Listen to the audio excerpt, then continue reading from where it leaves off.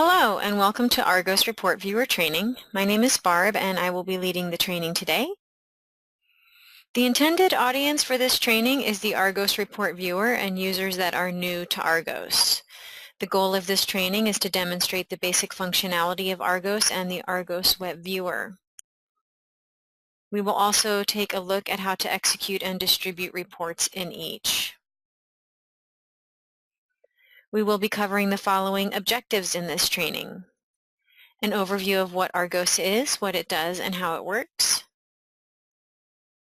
the resources available in Argos, and the capabilities available as a report viewer. First, we're going to review what Argos is and what it does. Argos is a web-enabled application used to create custom reports against a database. Argos users connect to the map server via a secure web interface. The map server handles the connection and security to your database and is where we launch all of the eVisions applications, including Argos, FormFusion, and IntelliCheck. Argos can be connected to various ERP and SQL-based databases, including Banner, Oracle, SQL Server, DB2, and Excel, just to name a few.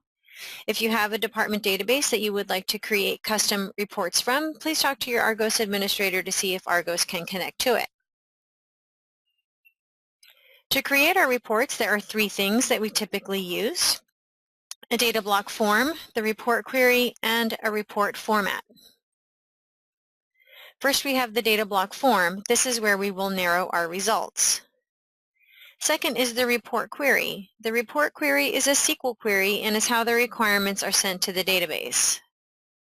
The query incorporates three things: our search parameters, our criteria, and the list of data elements that we want returned. In Argos, we take the data block form and the report query and we combine them into one object that we call a data block. Third, we have the report format. The report format contains the instructions used to create the report. Reports are created as children of the data block. This means that we can use the data block form and query to create multiple reports. The reports under a data block are just different ways of formatting the data we get back from the database. Looking at our example, we can see there are 4 different reports under this data block. In the query process, we enter in our search parameters. The data block will then incorporate the criteria into a query. The query is sent to the data source for processing. The requested records are passed back through Argos to the data block. The data block will then process the information and build the report with the format that was selected. A data block can not only produce differently formatted reports, it can also produce different reports altogether. If we have a data block that returns the fields name, address, grade, and registration status, we can create various reports because we are not required to use all of the returned fields.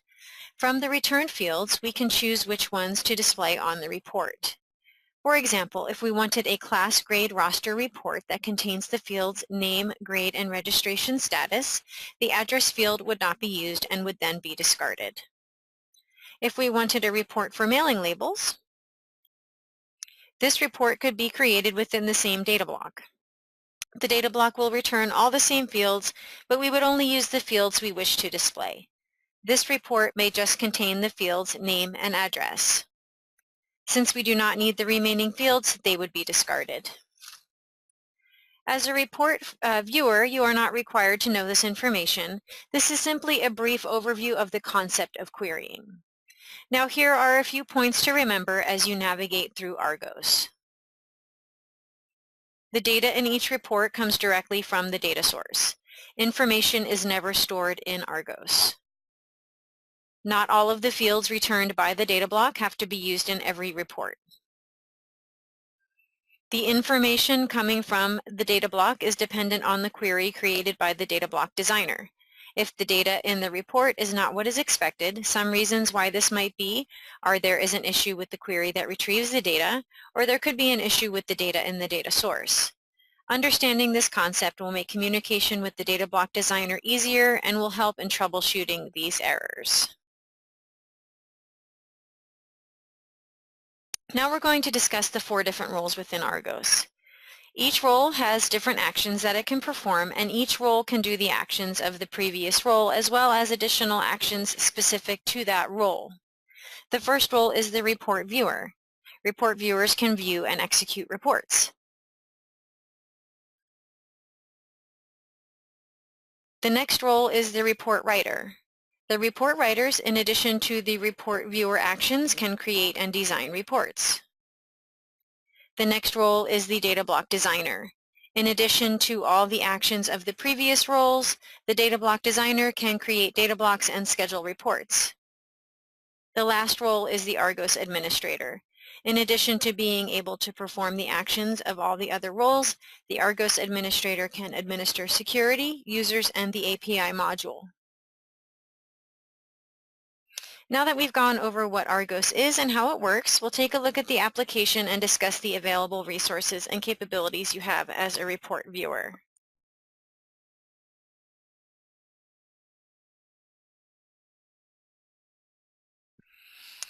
Notice I have a web browser open on my screen. This is the URL that I use to access all of the eVisions applications. Your MAPS administrator will provide the URL used at your institution. This URL can be saved as a favorite and treated like any other website. I'll go ahead and log in. And notice that we have the option to launch Argos or the Argos Web Viewer. In order for the Argos Web Viewer to be an option, your MAP server must be configured for HTTPS. If it is not configured for HTTPS, the Argos Web Viewer button will not appear. So first we select the product we want to use, in this case Argos, and this will bring up the Argos Start page. Please note, Google Chrome disabled NP API support in September of 2015, and it is no longer possible to use Java to launch maps and the associated applications.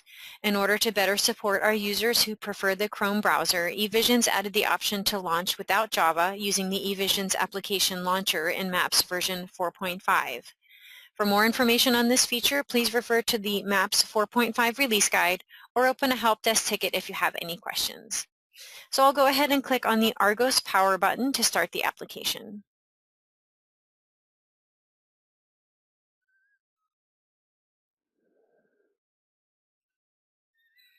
This is the Argos main page where all of our Argos tasks will start. At the top of the screen we have a menu bar. Below that we have our main toolbar. And below the toolbars we have a window split into two panes. The left pane has two tabs.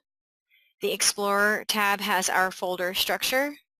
Shortcut is where shortcuts are stored. The right pane has the available actions, the detail view for information for the object we've selected, and the search bar.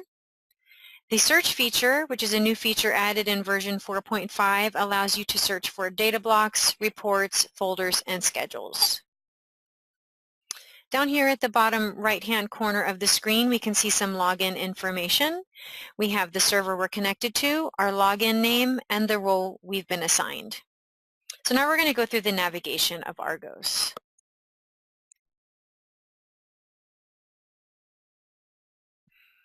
At the top of the screen, we have the menu bar, and it contains all of the standard menu items. The Tools menu is where we can change our password. Please be sure to contact your Argos administrator for your organization's password policy before making any changes. Now notice that many of these buttons here are grayed out, and the reason for this is as a report viewer we do not have permission to them. The buttons that we do have access to are the online support site, the in-product documentation, and the login sign-in, sign-out button. So next we'll discuss the resources that are available to you. The first resource is the in-product documentation. We have two ways of accessing in-product documentation. The first is the Argos Help icon in our toolbar. And this will take you to a general help page describing Argos.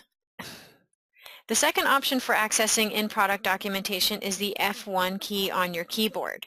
Here, the in-product documentation is context sensitive. So the initial help page brought up will depend on where we are within Argos. In this case, we get information on the Explorer tree because that's what was selected.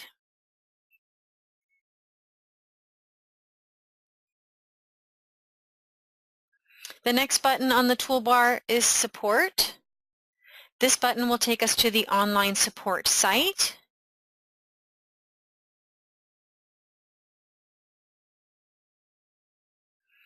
Notice I land directly on the Argos support page. Here you will find information on the installation and maintenance of Argos. At the top of this page, we have various categories. We can hover over each category to expand it and view the topics under each. Here we have our knowledge base. You can also find this on the Help Desk page, and the knowledge base contains articles that will help answer many common questions or issues. To use the knowledge base, you can navigate to the Argos section. Here's the Argos section right here. And you can select a subcategory, or you could use the search bar to search for errors or keywords. For example, if I wanted to see if I can use a Mac to view reports with the Argos web viewer.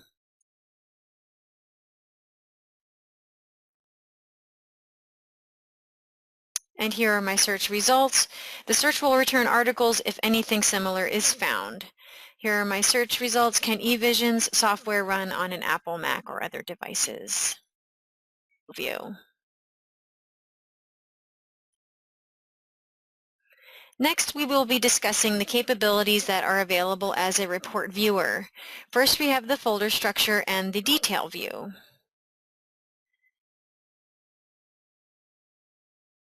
In Explorer, we have folders. Folders organize and maintain security on data blocks. The arrows can be used to expand and contract a folder.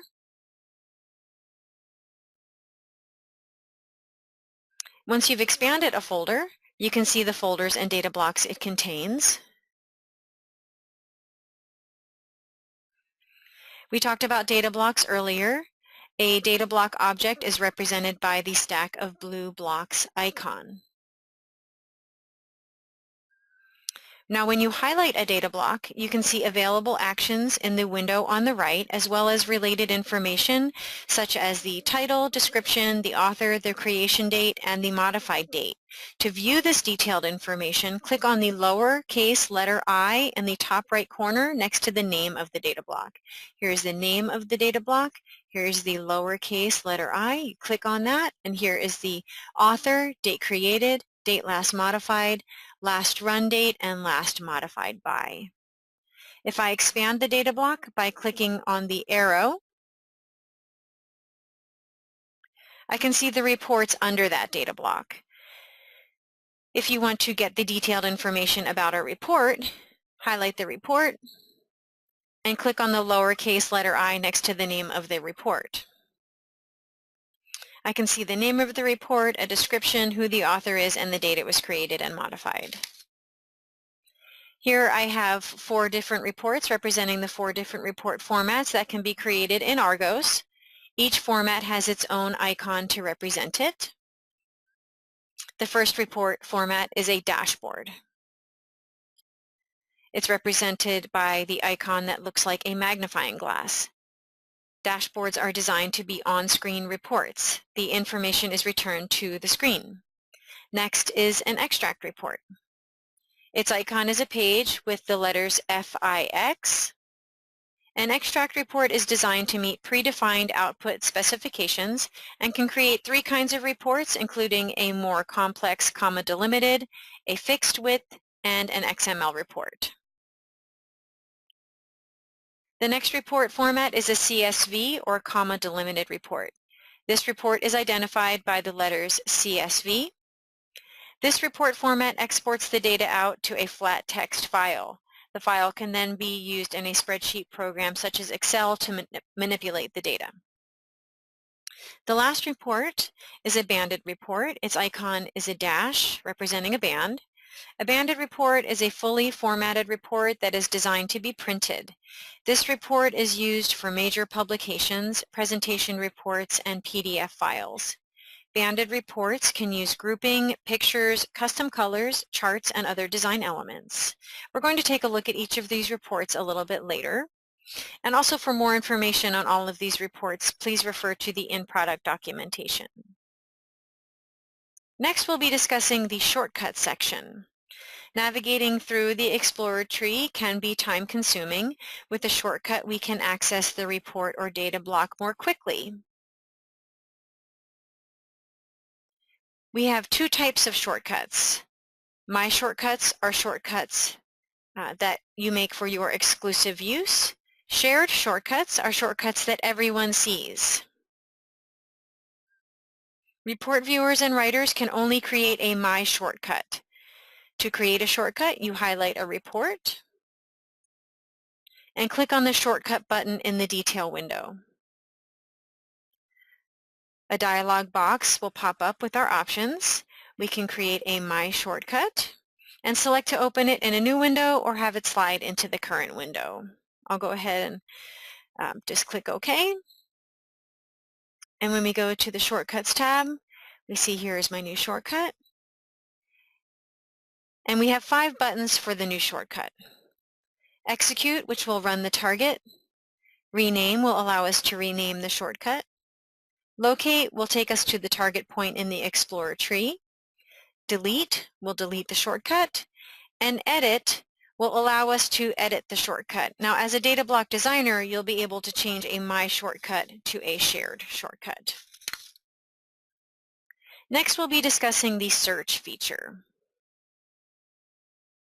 The search feature allows you to search for data blocks, reports, folders, and schedules that meet various criteria.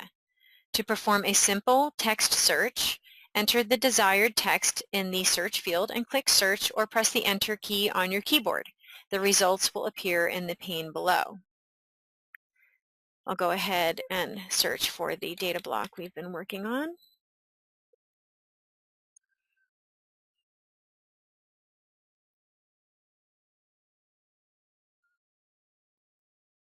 And to sort the results, click on any of the headers at the top of the list. Right-clicking on an object, then selecting the Locate option will take you to the object in the Explorer tree, and double-clicking on the object will do the same. You can then run the data block or report or perform any other action that you have permissions for. If you want to perform a more in-depth search, you can expand the Advanced Filter option by clicking on the white arrow next to the Search button. Advanced filters allow you to choose to include folders, data blocks, reports, and schedules in the results. Administrators can also choose to include objects in the trash bin. Other available filters include the date created, date last modified, last run date, author, and the associated connection. You can also choose to include all or none of the filters by checking the all or none. So I'm going to go ahead and perform an advanced search for our data block. I'm going to remove all of the filters except data blocks and enter the date range I know it was created.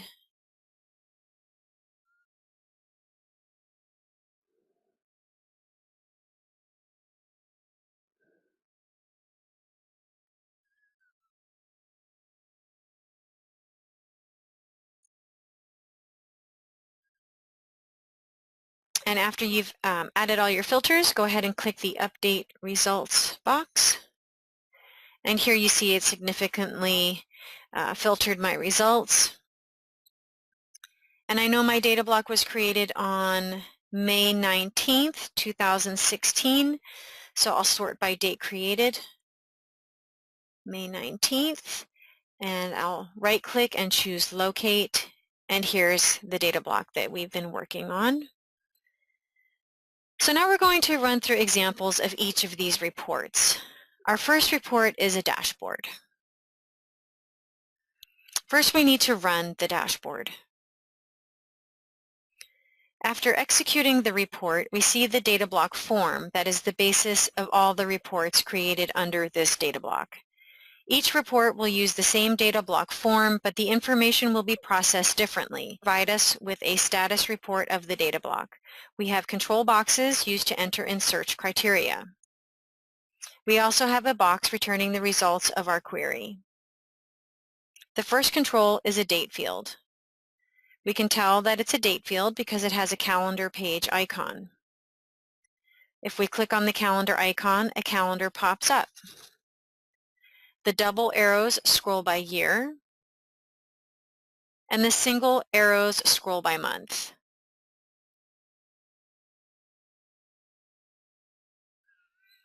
The next control is a drop-down box.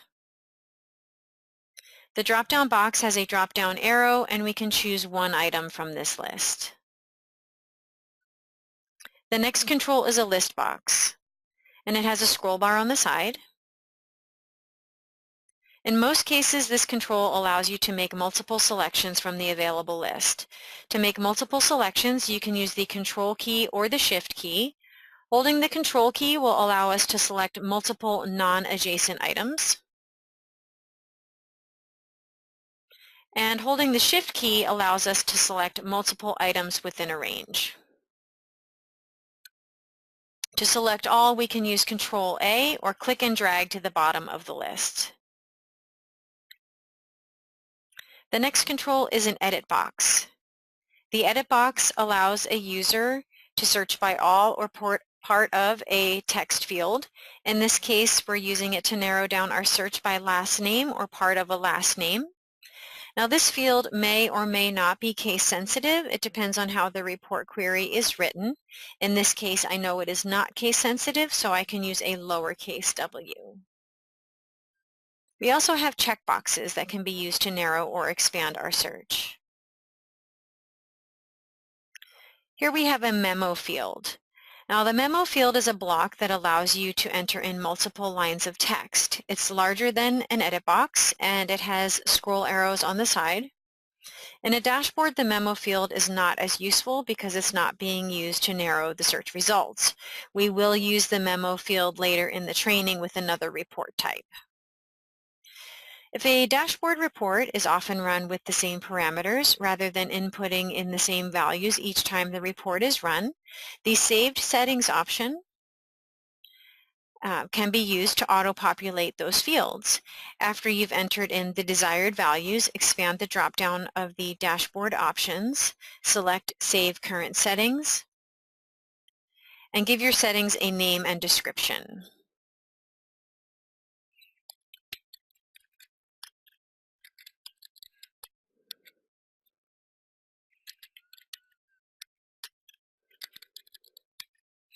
You can also choose to share them with others and make them public or keep them private. Now when I launch the dashboard, I have the option of selecting my newly saved settings from the dashboard options, and this will populate the control fields with the settings that I've saved. We also have a button. Buttons may cause many different actions. In this case, it runs the query that returns the results to the screen. When the required controls have all been entered, we can click the button to run the query. Notice that this form displays our results in a multi-column list box. One option we have with the multi-column list box is to export the contents out as a comma-delimited file. The file can then be read and modified in a spreadsheet program such as Excel.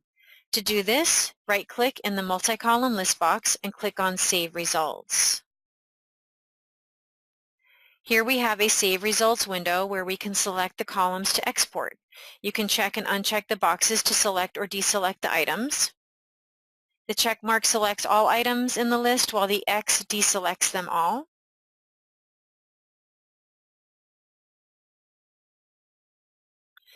I'll go ahead and leave the defaults. You click Save, and the File Save window will allow us to create a file name and specify a location.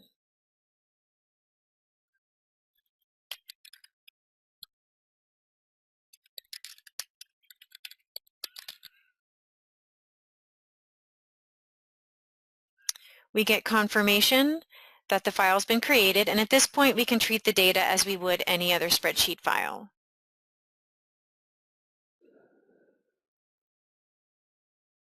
So let's move on to the CSV report, which is our flat text style or comma delimited format report. The report options drop-down allows us to select all of the reports under this data block. So I'm going to go ahead and select the CSV report. Now for this report, we can save to disk, create an email, and save and open. First, we'll go ahead and save it. This brings up a Save Report window where we can name the file and select a save location.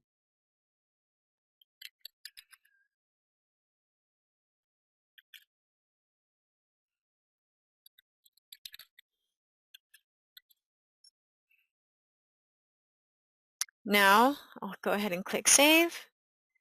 And notice we get a confirmation that the file has been saved. Our second option is to send the report as an attachment in an email. Please note that your Argos administrator must first make the email option available. Clicking the email icon brings up a Send an Email window where I can configure my email. The default email server is already filled in for me, so I'll go ahead and fill in the remaining fields.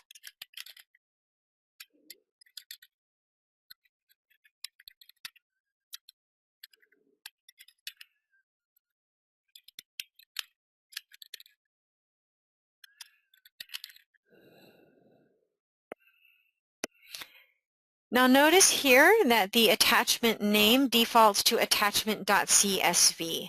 Please note that this is not the same name for the file I created and named using the Save option. Each of the options on this screen are independent of each other.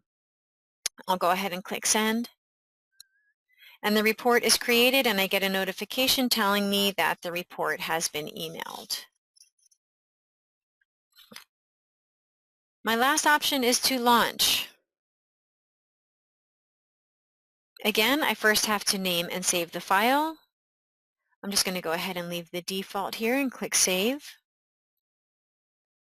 But immediately after saving my file, the file is opened with my spreadsheet program.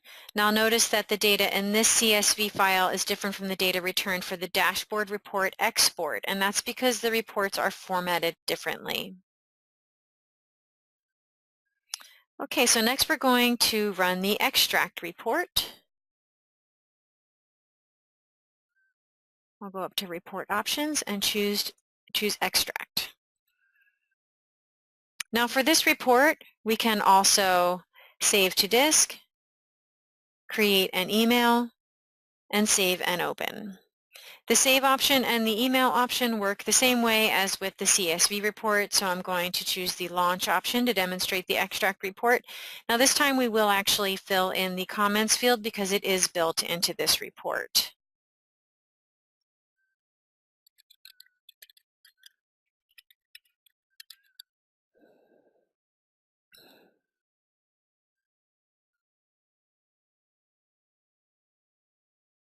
So again, I first have to name and save the file.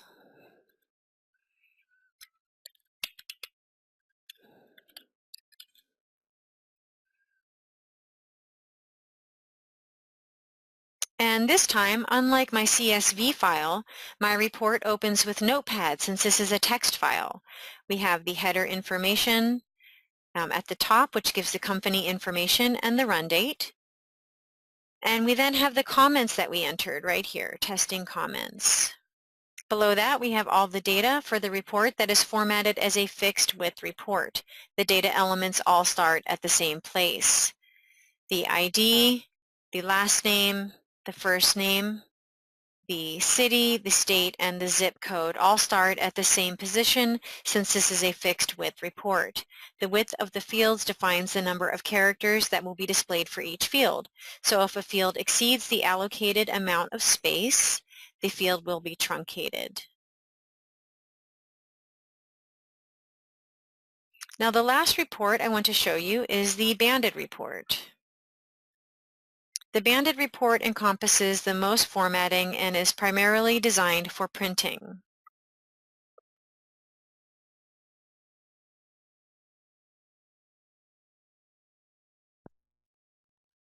Notice that the icons changed here. This time my options are Preview, Save to Disk, Create an Email, and Print. First, we'll go ahead and click Preview. This brings up the report in a preview screen. I can zoom in or out by using these buttons.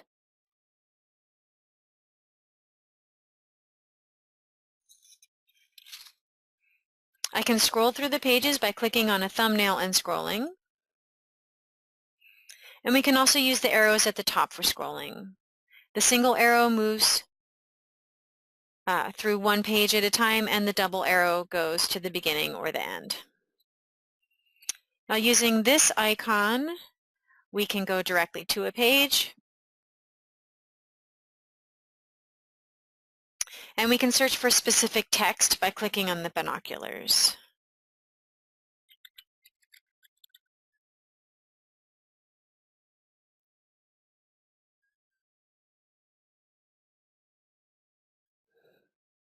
We can also save and print from this preview screen.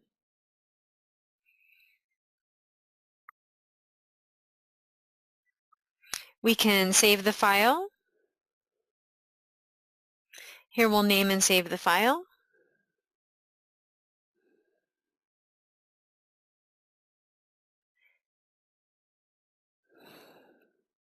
The banded report can be saved as multiple file types, including HTML, PDF, which is the default, RTF, and XLS. And while it may seem odd to save a banded report to another format, it is sometimes necessary. If, for example, we needed an Excel file but no CSV report was created, we have the option saving the banded report as a CSV file type. We'll just go ahead and save it as a PDF. We get a PDF setup window, and I'll go ahead and accept the defaults.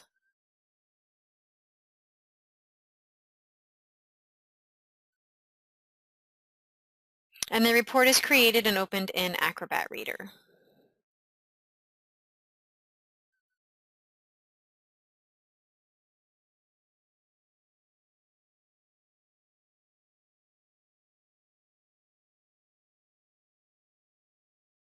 Now we can email the file.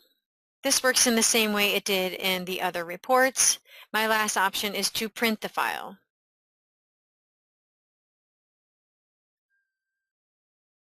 A print selection window will pop up when we click the button. Notice that we are not prompted to save the file prior to printing.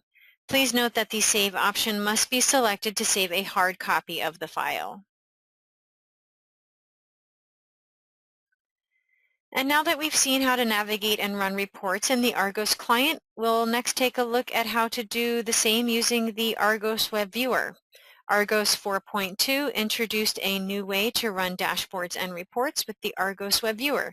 This feature allows you to view reports from within your favorite web browser. This means you can run Argos reports from a PC, Mac, or tablet.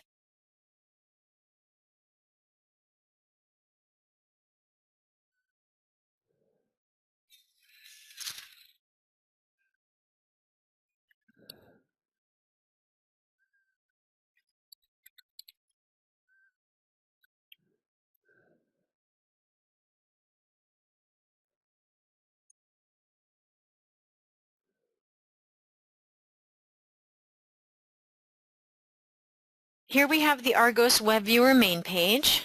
The web viewer functions much like the client version, but there are some differences when it comes to look and feel. Notice that the screen is split into two panels, similar to that of the client, but unlike the client, we cannot click on a folder to expand it and view its contents. Instead, all of the folders are displayed on the left and data blocks are displayed on the right. Clicking on the training folder, we see that the training folder contains 5 folders, including Administrator, Advanced, Designer, Report Viewer, and Report Writer. From the right panel, we can see that there are no data blocks directly under the training folder. Clicking on the Report Viewer folder, we see it contains one folder and 2 data blocks.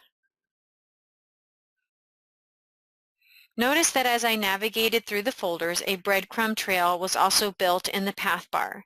I can use this to navigate back through my path by simply clicking the location I wish to go back to. Since the Report Viewer folder is where I actually want to be, I went ahead and set this location as my home. Clicking the A will take me directly to my home location. To set your home location, simply navigate to your desired location, click on Settings, and then Set Home. You can also create shortcuts. Clicking on the Shortcuts tab will list all of our shortcuts. Some of these shortcuts are my shortcuts or private, meaning that only I can see them. These shortcuts have a lock associated with them. The shortcuts without the lock symbol are shared shortcuts that everyone can see. To delete a shortcut, simply click on the X symbol.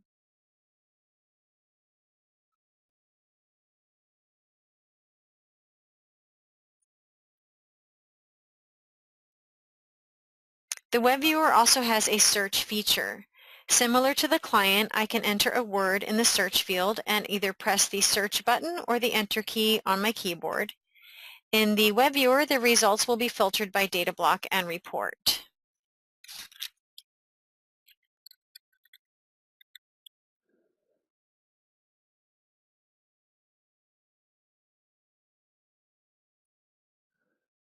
To close your search results, click on the X on the right side of the search results bar.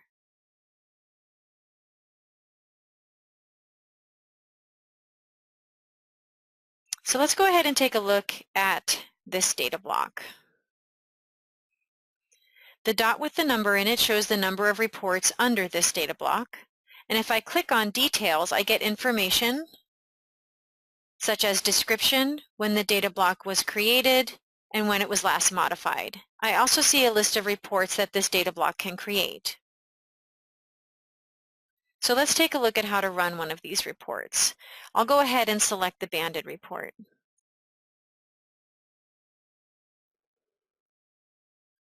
And I'll go ahead and enter the required parameters.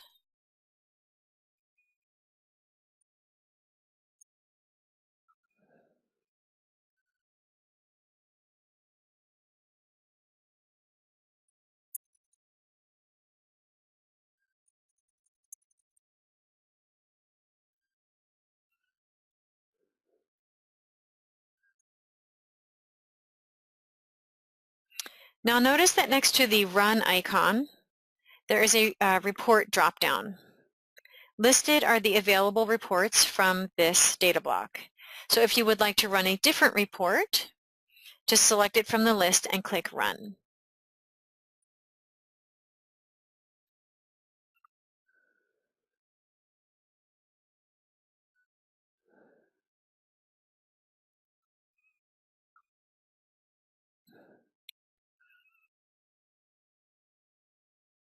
And there's my report. And we've come to the end of the training. So if you are a report writer, data block designer, or administrator, please sign up for additional trainings through the eVisions website. Thank you for attending, and I hope everyone has a wonderful day.